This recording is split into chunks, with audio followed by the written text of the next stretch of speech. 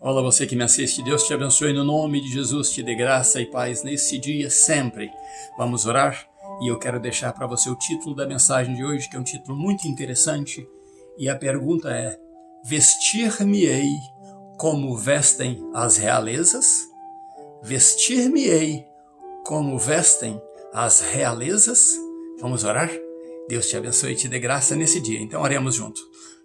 Senhor Deus, eu e esta pessoa que está assistindo este vídeo, oramos ao Senhor, pedindo ao Senhor a sabedoria que vem do trono da graça, que vem do alto, para que as nossas vidas, ó Deus, possam entender a minha vida e a vida desta pessoa que assiste este vídeo, possamos entender o que o Senhor quer dizer para as nossas vidas no dia de hoje, o que o Senhor quer nos ensinar no dia de hoje e o que o Senhor quer falar conosco. E enquanto, ó Deus, meditamos na Tua Palavra, pedimos ao Senhor para trabalhar com os Teus anjos, ó Deus, com o Teu poder nas nossas necessidades, nas nossas fraquezas, nas nossas deficiências, ó Deus, para que o Senhor possa suprir tudo isso na nossa vida e que possamos dar glória ao Teu nome, no nome de Jesus. Amém. Vestir-me-ei como vestem as realezas? Esta é uma pergunta boa e está dentro do assunto do que vamos falar neste momento. Vamos ler a Bíblia, que é a palavra de Deus, e está em Josué capítulo 7, o versículo 13, 16, 19, a parte A do versículo 13, o versículo 16 completo, a parte A do versículo 19 e o versículo 21. Lemos assim, então, começando do versículo 13. Deus disse a Josué: levanta-te, santifica o povo e dize: santificai-vos para amanhã, pois assim diz o Senhor, o Deus de Israel. Paramos aí no versículo 13, a parte A, e vamos para o versículo 16, que diz assim: então Josué se levantou de madrugada, era um homem das madrugadas.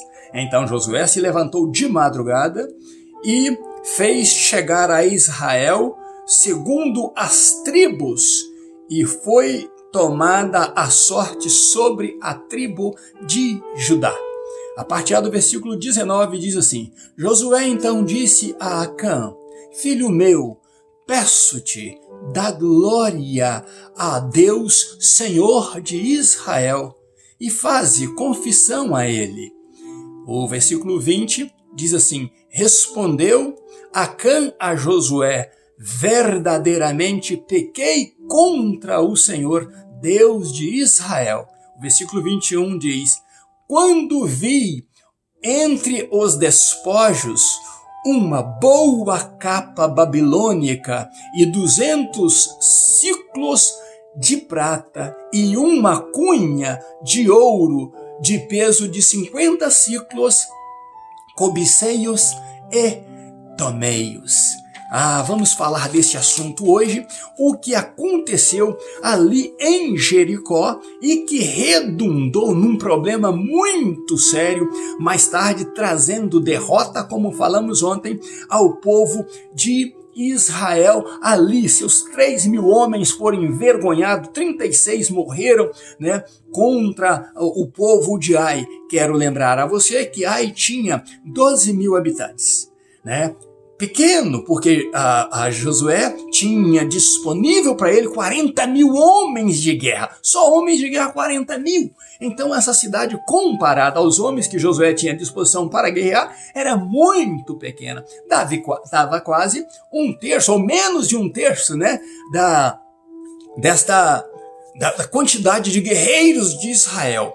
E então estava uma situação difícil. Contamos ontem que Josué então não ouviu do Senhor para fazer isso. Não quer dizer que ele também estava errado, porque ele era um general, ele era um comandante ali, ele era o líder daquele povo e ele podia tomar as suas decisões, até mesmo porque tudo quanto Josué fez, Deus aprovava.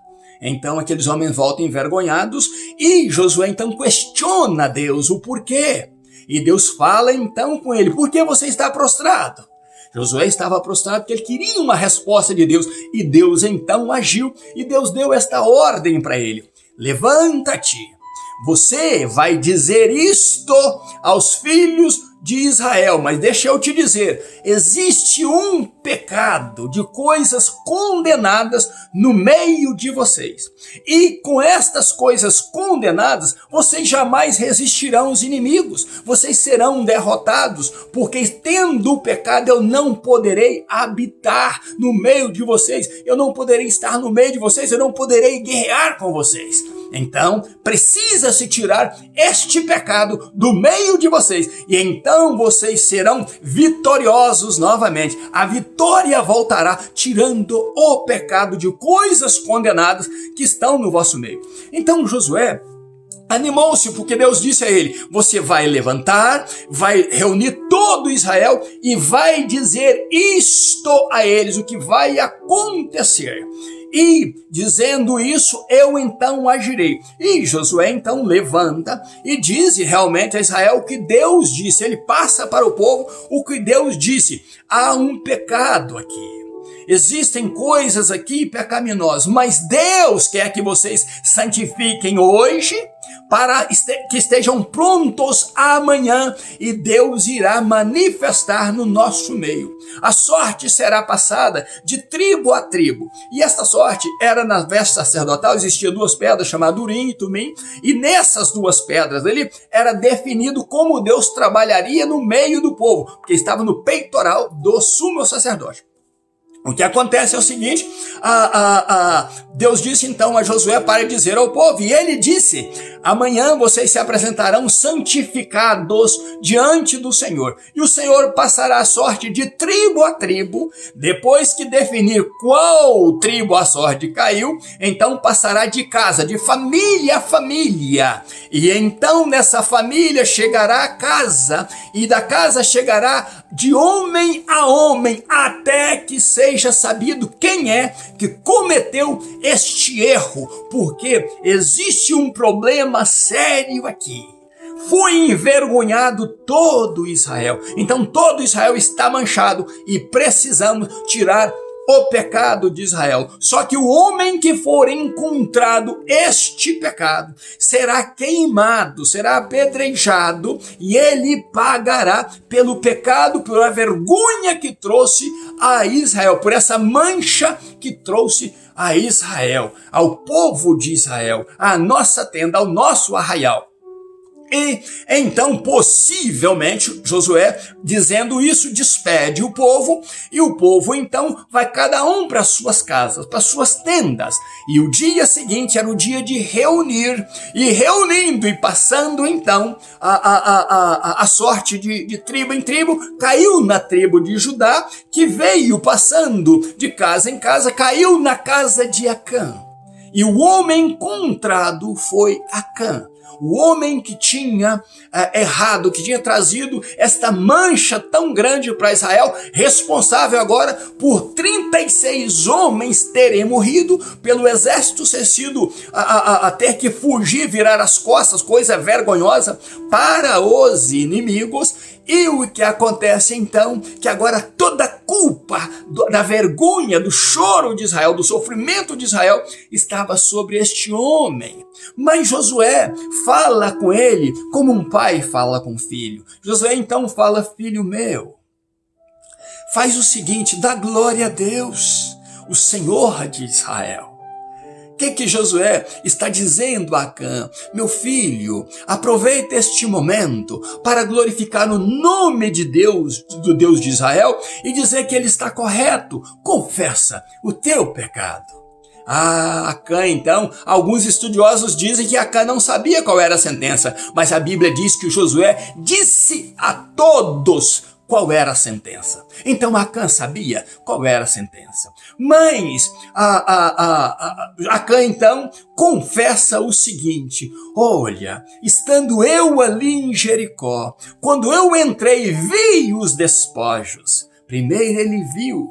Aí depois ele diz o que viu. Eu vi uma capa babilônica muito boa. Eu queria muito poder falar com você sobre esta capa babilônica, porque tem um significado muito grande nela e o porquê que ela tinha tanto valor. Por isso o título da minha mensagem, da nossa mensagem é: vestir-me-ei como vestem as realezas Esta capa faz parte deste assunto.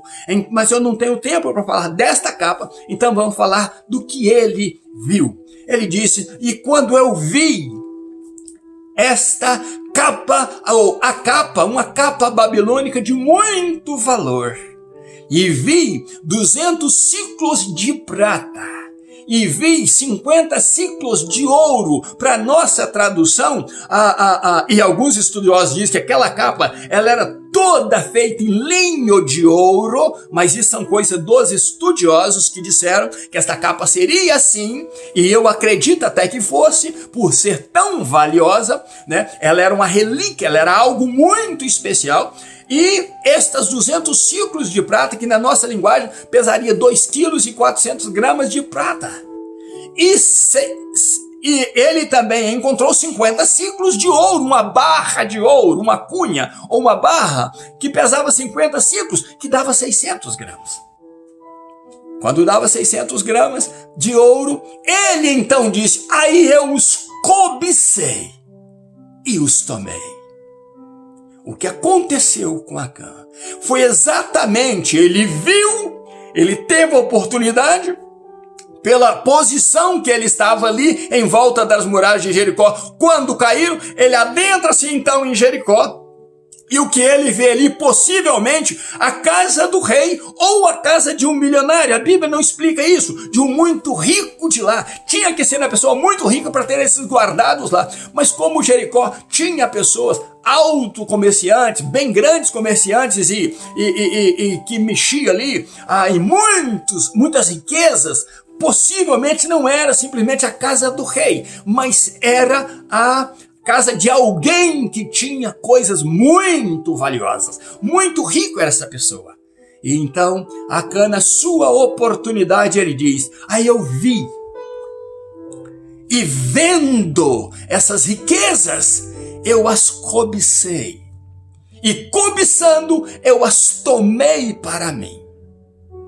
E eu as trouxe, e eu enterrei lá na minha tenda.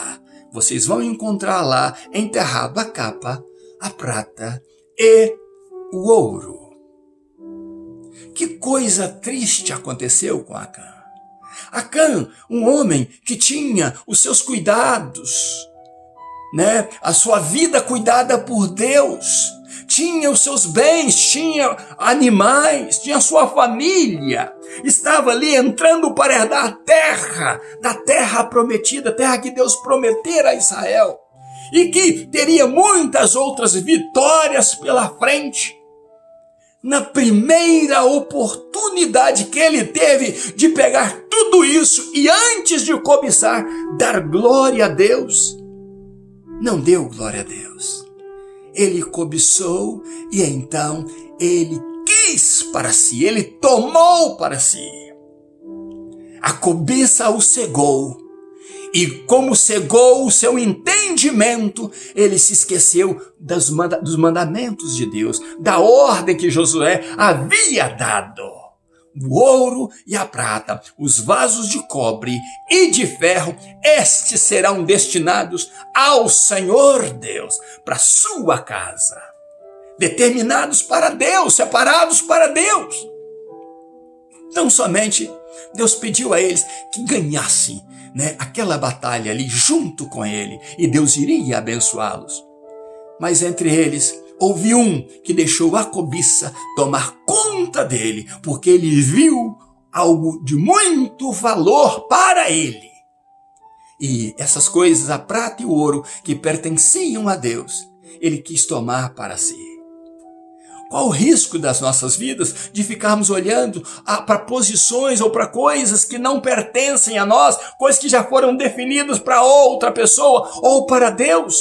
Quais os riscos que corremos quando lançamos mão daquilo que Deus condenou ou que Deus separou para si? Haja vista que hoje existem muitos pastores condenados por outras pessoas por meterem mão naquilo que é sagrado. Meterem mão nos dízimos. Você vai para Malaquias e você vê ali Deus corrigindo, o profeta sendo usado para corrigir os sacerdotes que roubam.